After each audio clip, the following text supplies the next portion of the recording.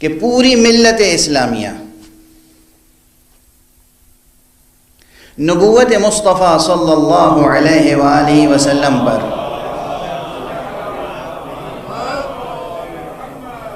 تو متحد ہے، جس طرح سے بھی ہے، مگر ہے حضور علیہ السلام کے بعد جو سلسلہ ہے اس میں اختلاف نمایاں ہے۔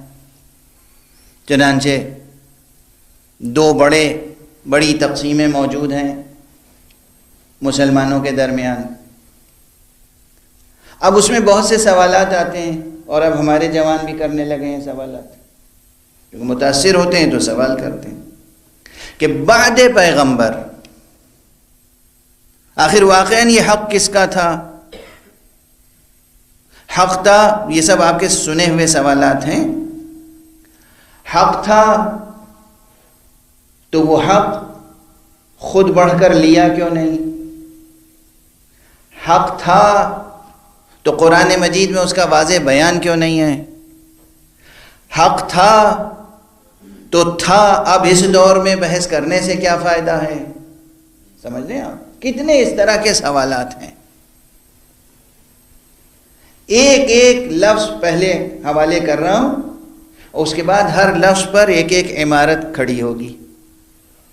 پہلے تو یاد رکھیے کہ جو عام تاریخی منظر ہے، جو المناک تاریخی منظر ہے، آج ذرا عام انداز سے مختلف ہو رہی ہے تقریر، جو تاریخ میں کوئی اختلاف نہیں کر سکتا، وہ یہ کہ حضور علیہ السلام کے وصال کے بعد، آپ کی آنکھ بند ہونے کے بعد فوراً آپ کی تدفین نہیں ہوئی۔ اس پہ تاریخ کا اجماع ہے، اس میں کوئی اختلاف نہیں۔ جس بھی مورخ کی، جس بھی محدث کی کتاب اٹھا کر دیکھ لیں، شیعہ مورخین ہوں، محدثین ہوں، غیر شیعہ ہوں، اہل سنت والجماعت کے حضرات ہوں، سلفی حضرات ہوں، جو بھی ہو، کسی بھی مسلک کا ہو، اس پر اتفاق ہے کہ حضور علیہ السلام کی وفات کے بعد، آپ کی شہادت کے بعد، آپ کے وصال کے بعد، آپ کے رفیق اعلیٰ کی طرف منتقل ہونے کے بعد فوراً آپ کی تدفین نہیں ہوئی، کم سے کم 2 دن کی تاخیر ہوئی۔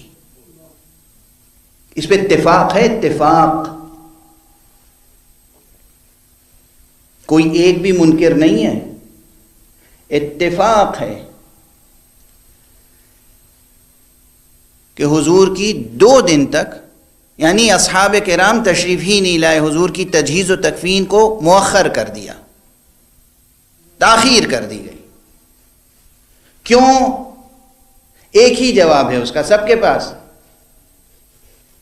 بعد رسول امامت کا، خلافت کا معین ہونا کسی شخص میں ایک اتنا ضروری امر تھا کہ اس کی وجہ سے رسول کی تجہیز و تکفین کو بھی مؤخر کیا گیا۔ واضح ہے؟ اس ایک نقطے پر تمام ملت اسلامیہ متحد ہے، متفق ہے، بڑے بڑے متکلمین، کہ امام کا معین کرنا، خلیفہ کا معین کرنا، رسول کے بعد فوراً سربراہ امت کا معین کرنا اتنا بڑا اور اتنا ضروری، ایسا ضروری مسئلہ تھا کہ جس کی وجہ سے رسول اللہ کی تکفین، تغسیل، تکفین، تجہیز، تدفین، اسے مؤخر کر دیا گیا۔ واضح ہے؟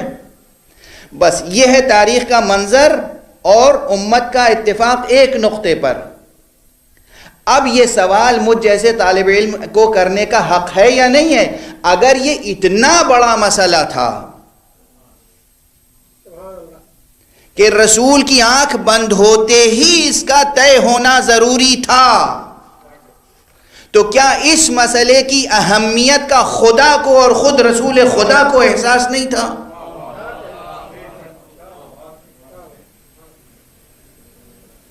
یہ حیرت کی بات ہے۔ زندگی کی ہر چھوٹی بڑی چیز، ہر چھوٹی بڑی چیز، یعنی مشرکین بھی تانا دیتے تھے اس وقت، اور آج کے ویسٹرن دانشور بھی تانا دیتے ہیں جب حدیثیں پڑھتے ہیں کہ تمہارے رسول نے تو چھوٹی چھوٹی چیزیں بھی زندگی کی سکھائی ہیں. ایسا ہی پسماندہ معاشرہ تھا، غیر مہذب معاشرہ تھا. یعنی بیت الخلاء کس طرح جائیں، پانی کا استعمال کس طرح کریں، زمین پر بیٹھیں تو کس طرح بیٹھیں، بستر پر لیٹیں اور سوئیں تو کس طرح لیٹیں اور سوئیں. یہ سب چیزیں بتائیں. اور اتنی اہم چیز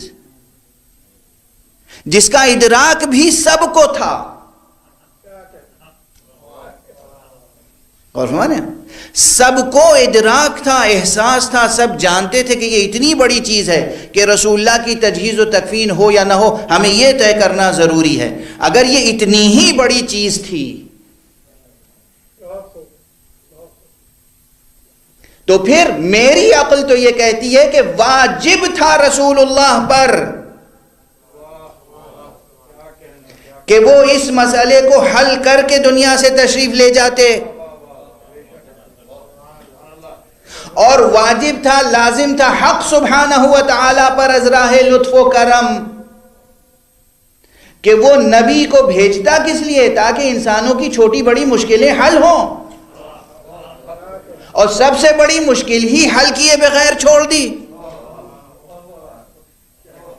واضح ہے؟ سب سے بڑی جو مشکل تھی وہی حل نہیں کی، باقی چھوٹی چھوٹی مشکلیں سب حل کر دیں. واضح ہے؟ تو اللہ سبحانہ و تعالی پر بھی اس کی رحمت و رافت کا تقاضا یہ تھا، اس کے لطف کا تقاضا یہ تھا، اس کے کرم کا تقاضا یہ تھا. اس نے جو عہد و پیمان لیا ہے بندوں سے کہ ہم پر لازم ہے ہدایت تمہاری ہدایت کا ذمہ تو ہمارا ہے. اس ہدایت کا تقاضا یہ تھا کہ اتنے بڑے مسئلے میں ہدایت ضرور کی جائے تاکہ اختلاف واقع نہ ہو. اور رسول پر لازم تھا کہ وہ اس کا اعلان فرمائیں.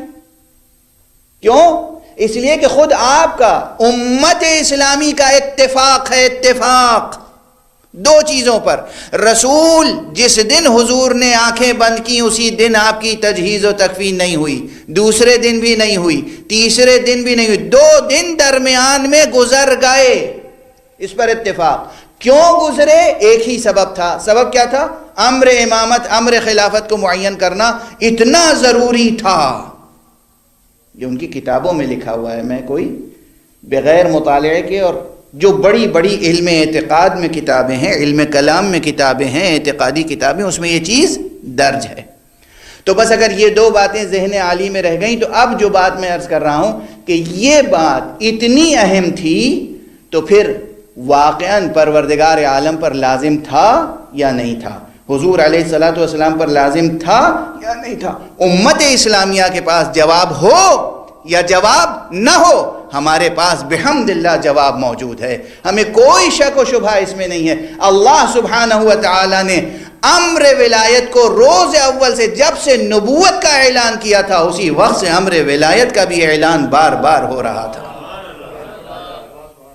اور چونکہ جو امت اسلامیہ کا امپریشن ہے یہی تو ہے کہ یہ اتنا بڑا مسئلہ تھا، اتنا بڑا مسئلہ تھا کہ رسول کی تدفین کو بھی مؤخر کیا جا سکتا تھا، تو اللہ نے بھی لہجہ یہی اختیار کیا تھا، یا ایھا الرسول بلغ ما انزل الیک من ربک وَإِن لَمْ تَفْعَلْ فَمَا بَلَّغْتَ رِسَالَتَهُ. اگر یہ نہیں پہنچایا تو گویا آپ نے رسالت نہیں پہنچائی.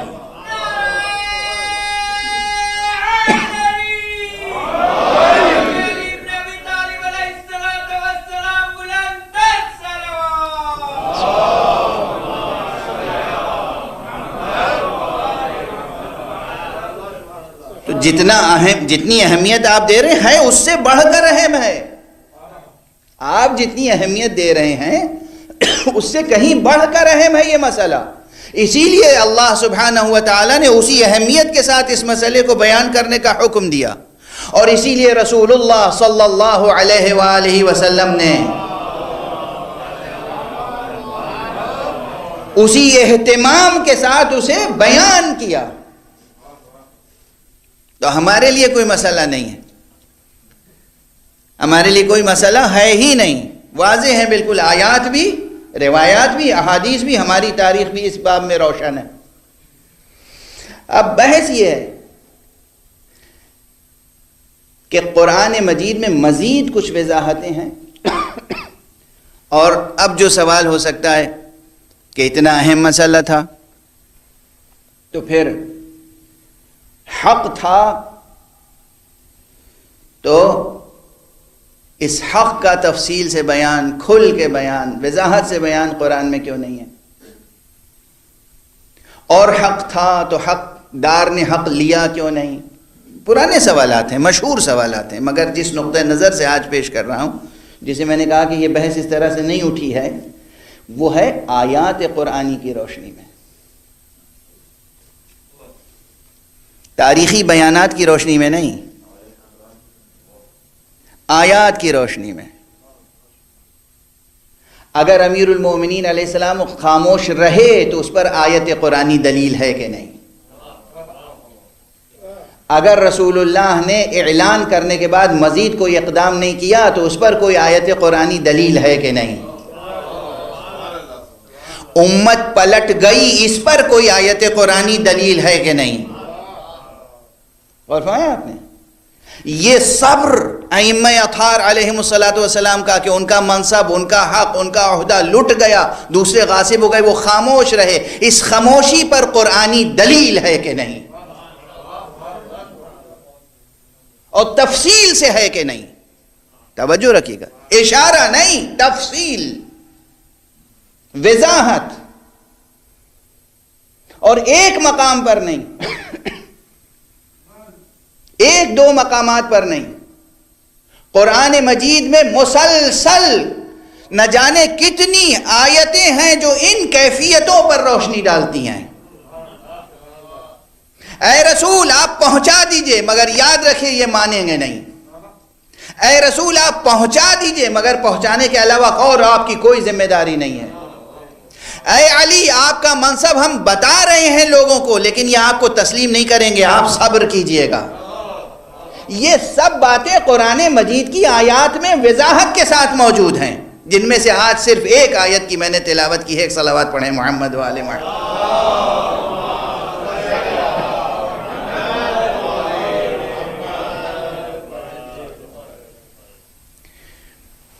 اور وہ آیت کیا ہے؟ یہ سورہ مبارکہ تغابن کی آیت ہے.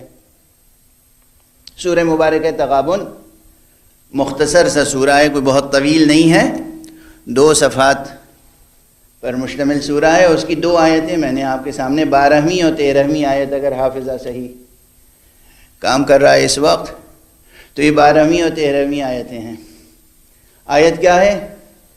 وَأَطِيعُوا اللَّهَ وَأَطِيعُوا الرَّسُولَ. یہ کس سے خطاب ہے؟ کافروں سے. کافروں سے یہ خطاب ہو ہی نہیں سکتا.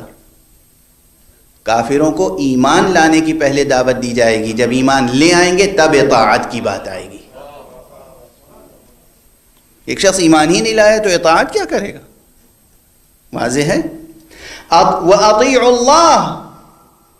اور اب چونکہ مجلس میں وقت بھی بہرحال محدود ہوتا ہے اور میری طاقت بھی محدود ہوتی ہے، اس لیے پورے سلسلہ آیات کو پیش نہیں کیا جا سکتا، ورنہ اس کے پہلے بھی جائیے تو معلوم ہوگا کہ یہ کافروں سے نہیں گفتگو ہو رہی ہے. وَأَطِيعُوا اللَّهَ، اور اللہ کی اطاعت کرو. وَأَطِيعُوا الرَّسُولَ، اور رسول کی اطاعت کرو.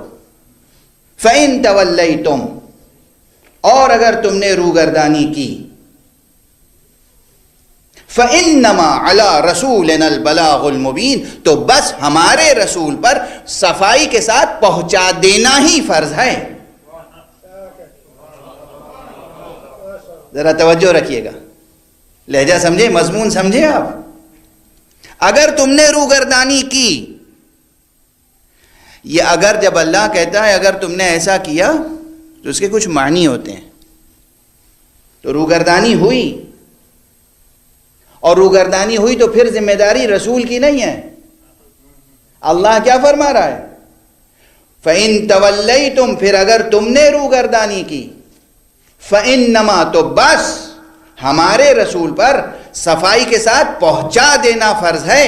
ہم نے اپنے رسول سے یہ کہا ہے کہ تم روشن طریقے سے، واضح طریقے سے، نمایاں طریقے سے ہمارا پیغام پہنچا دو. ماننا نہ ماننا ان کا کام ہے، یعنی اس حق کو منوانے کے لیے تلوار اٹھانے کا حکم نہیں دیا گیا. واضح ہے؟ اچھا کیوں؟ پھر سوال، جو اتنا بڑا حق ہے تو تلوار اٹھانے کا کیوں نہیں حکم دیا گیا؟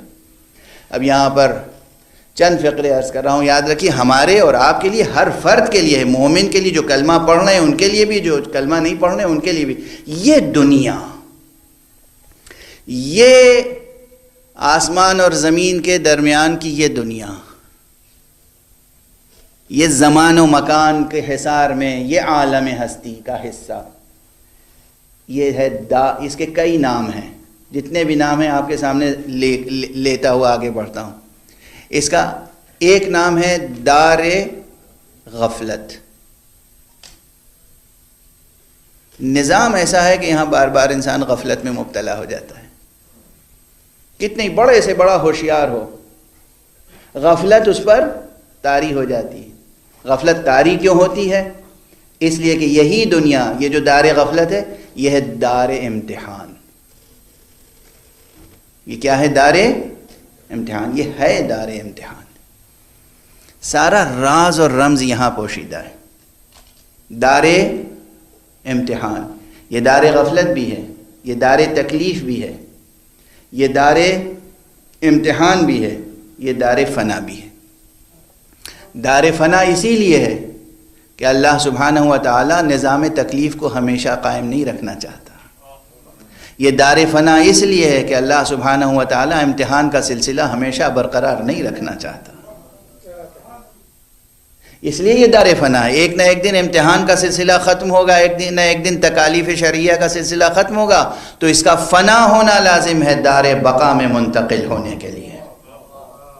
اس کے بعد جو دار ہے وہ دار جزا ہے، اس کے بعد جو دار ہے وہ دار بقا ہے، اس کے بعد جو دار ہے وہ دار حیات ہے، اس کے بعد جو دار ہے وہ دار حیات جاوید ہے. لیکن یہ دار، یہ دنیا، یہ پورا عالم، یہ دار غفلت ہے، دار تکلیف ہے، دار امتحان ہے اور دار فنا. تو یہ امتحان کا تقاضا اعلان کر دیا، ماننے والے مانے، نہ ماننے والے نہ مانے. کسی کو اگر نہیں ماننا ہے تو وہ یہ نہیں کہہ سکتا کہ تلوار کے زور سے ہم سے کیوں نہیں منوایا گیا. اگر تلوار کے زور سے ماننا تھا تو پھر اس ایمان کو کیا کہیں گے آپ؟ ایک صلوات پڑھ دیجئے محمد والے.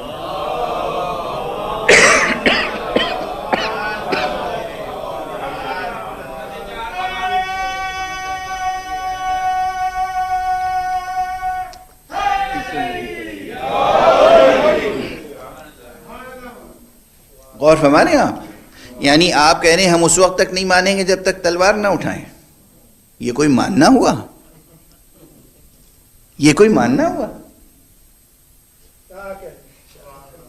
ہے؟ علی کا حق تھا تو علی نے تلوار کیوں نہیں اٹھائی؟ ارے رسول اللہ کا فرمان آپ کو یاد ہے کہ نہیں؟ اب آپ کا فریضہ ہے کہ آپ تسلیم کریں. علی کا یہ کام نہیں ہے کہ وہ تسلیم کرائیں خود کو. علی کوئی جابر بادشاہ کا نام نہیں ہے. علی کسی نعوذ باللہ، ہزار بار نعوذ باللہ خاکم بدہن، کسی ظالم و جابر حاکم و حکمراں کا نام نہیں ہے. علی کسی اقتدار پرست کا نام نہیں ہے. علی خدا پرست ولی کا نام ہے.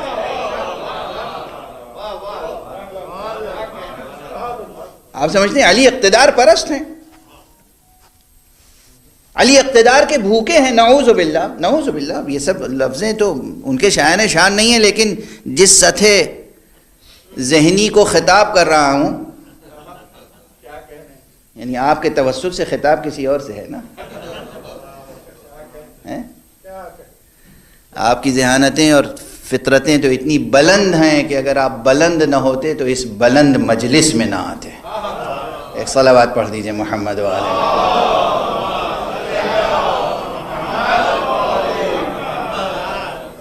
واضح ہے کہ یہ آیت واطیعوا اللہ، اللہ کی اطاعت کرو، واطیعوا الرسول، اور رسول کی اطاعت کرو. فَإِن تَوَلَّيْتُمْ، اور اگر تم نے روگردانی کی، یعنی کیا؟ یعنی اطاعت نہ کی، تو پھر ذمہ دار کون ہوگا؟ رسول یا تم؟ تو پروردگار کس لہجے میں فرما رہے ہیں؟ فَإِنَّمَا عَلَىٰ رَسُولِنَا. خدا کی قسم، کیا لطف ہے، کیا محبت ہے، کیا اپنائیت ہے. تو پھر یاد رکھو کہ ہمارے رسول پر تو بس روشن طریقے سے پہنچا دینا ہی لازم ہے. اب اس سے زیادہ روشن طریقے سے کیا پہنچایا جا سکتا ہے کہ رات کے وقت اعلان نہیں ہوا، سحر کے وقت اعلان نہیں ہوا، نصف النہار کے وقت اعلان ہوا، اور گھنی آبادی میں اعلان نہیں ہوا، کھلے میدان میں اعلان ہوا، اور زمین پہ کھڑے ہو کے نہیں اعلان ہوا، کجاووں کا ممبر بنا کے اس پر بلند ہو کر اعلان ہوا.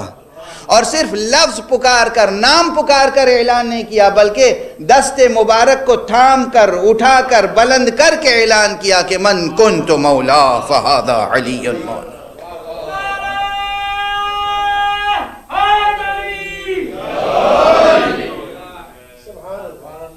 اور یہ تو ایک اور جسے کہتے ہیں کہ آفیشلی آخری بڑا اعلان تھا. ہاں، اور نہ یاد رکھیے، مجھے یاد نہیں ہے، 2 سال سے یہاں پڑھ رہا ہوں مجلسیں، لیکن شاید یہ فقرہ یہاں بھی کہہ چکا ہوں گا اور دوسری مقامات پہ بھی میں نے عرض کیا ہے کہ آپ اندازہ کیجئے کہ ولایت امیر المومنین علی ابن ابی طالب علیہ السلام اور یہ پورا نظام امامت. قبلہ ابھی تک گفتگو تمہید میں ہے. یہ نظام امامت بات صرف علی کی نہیں ہے. علی کے بعد حسن، حسن کے بعد حسین، حسین کے بعد علی ابن حسین، یہ پورا سلسلہ امامت. اسے حضور علیہ السلام نے بار بار متعارف کرایا، اور چونکہ پہلی شخصیت امیر المومنین کی تھی تو امیر المومنین کا تذکرہ بار بار ہوا. اور بس یہ فقرہ ذہنوں میں بٹھا لیجئے، تمام تاریخیں کھنگالیے گا تو بھی کوئی اس حقیقت کو جھٹلا نہیں سکتا. رسول اکرم صلی اللہ علیہ وآلہ وسلم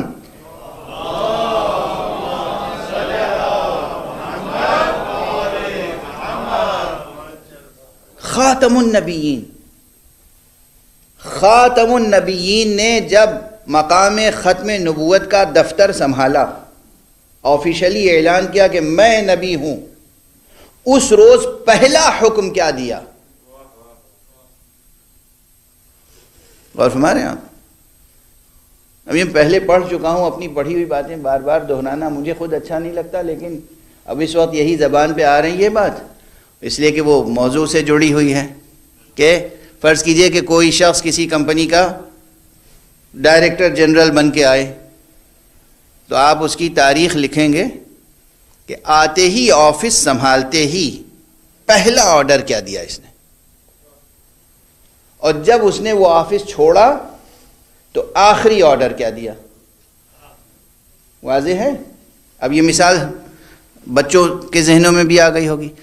اللہ کے اس آخری نبی نے، خاتم النبیین، امام المرسلین، افضل المرسلین، سید المرسلین، اشرف الخلائق اجمعین، اس رسول مختار نے آنے کے بعد پہلا حکم کیا دیا؟